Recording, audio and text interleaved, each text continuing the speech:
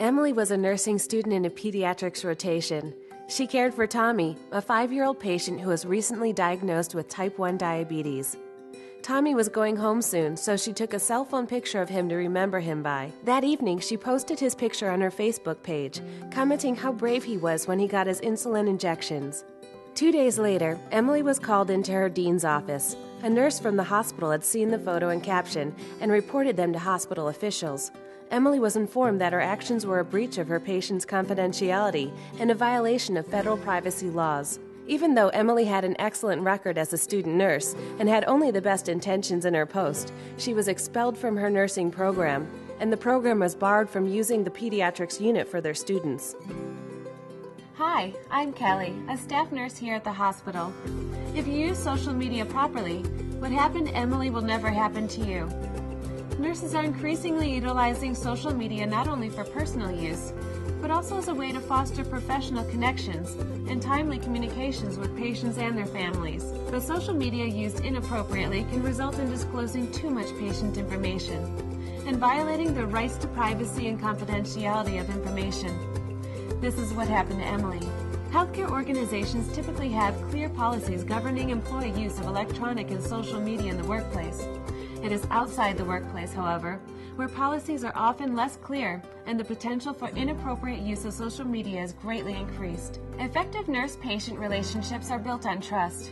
A cornerstone of that trust is patient privacy, which is a key part of a patient's expectation of being treated with dignity and respect. Any patient information that a nurse has access to during the course of treatment must be safeguarded. With very limited exceptions, such information may only be disclosed to other members of the healthcare team for the purpose of providing care for the patient. Improper use of social media by nurses may violate state and federal laws, including the Health Insurance Portability and Accountability Act, or HIPAA, which was enacted to further protect patient privacy. Additionally, inappropriate uses of electronic and social media may be reported to your Board of Nursing, resulting in possible disciplinary action for unprofessional or unethical conduct, breach of confidentiality, or other infractions. While it's true that some intentional or malicious misuses of social media do occur, the majority of inappropriate disclosures or postings are unintentional. Usually, they're the result of the mistaken belief that the communication or posting is private and accessible only by the intended recipient, that content deleted from the site is no longer accessible, or that it is acceptable to discuss or refer to a patient in a posting if they're not identified by name. By being cautious and alert to potential or improper uses of social media, you can avoid inadvertently disclosing confidential information concerning your patients. Remember, you have an ethical and legal obligation to maintain patient privacy at all times. This means that you should never take photos or videos of patients using your cell phones or other personal devices. Be sure to follow employer policies for taking photos or videos of patients, for treatments or other permissible purposes, by using employer-provided devices. Even experienced nurses should be vigilant about avoiding serious violations of patient confidentiality, as Jason learned. Jason has been a nurse for 12 years and is working in hospice care. One of his current patients, Maria, maintains a hospital-sponsored online page to keep her family and friends updated on her battle with cancer. One day, she posted something about her depression and the difficulty of finding effective treatments for her physical pain. Jason saw the post and responded by writing a comment to Maria. He wrote that he understood her last few days had been difficult, and he was hopeful that the new medication, along with the increased dose of morphine, would provide some needed relief. The next day, Jason ran into a friend who said she saw his post.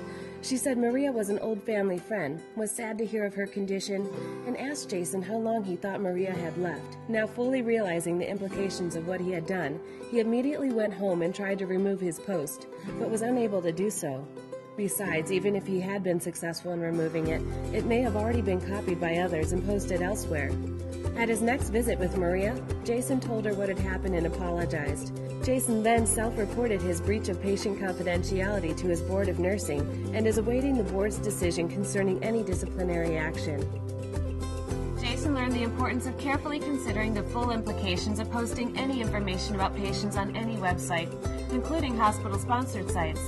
It may at times be appropriate for nurses to express empathy and support for patients on a website, but they must be careful not to disclose private patient information. Inappropriate use of social media can derail someone's dream to be a nurse, as it did for Emily. But even for experienced nurses like Jason, who have exceptional work histories, inappropriate use of social media can and does happen. Remember, increased access to communication through social media does not change a healthcare professional's responsibility to protect patient information. In fact, it actually makes it easier to inappropriately share information.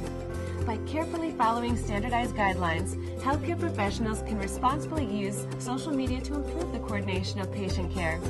For more information, please visit the website of the National Council of State Boards of Nursing.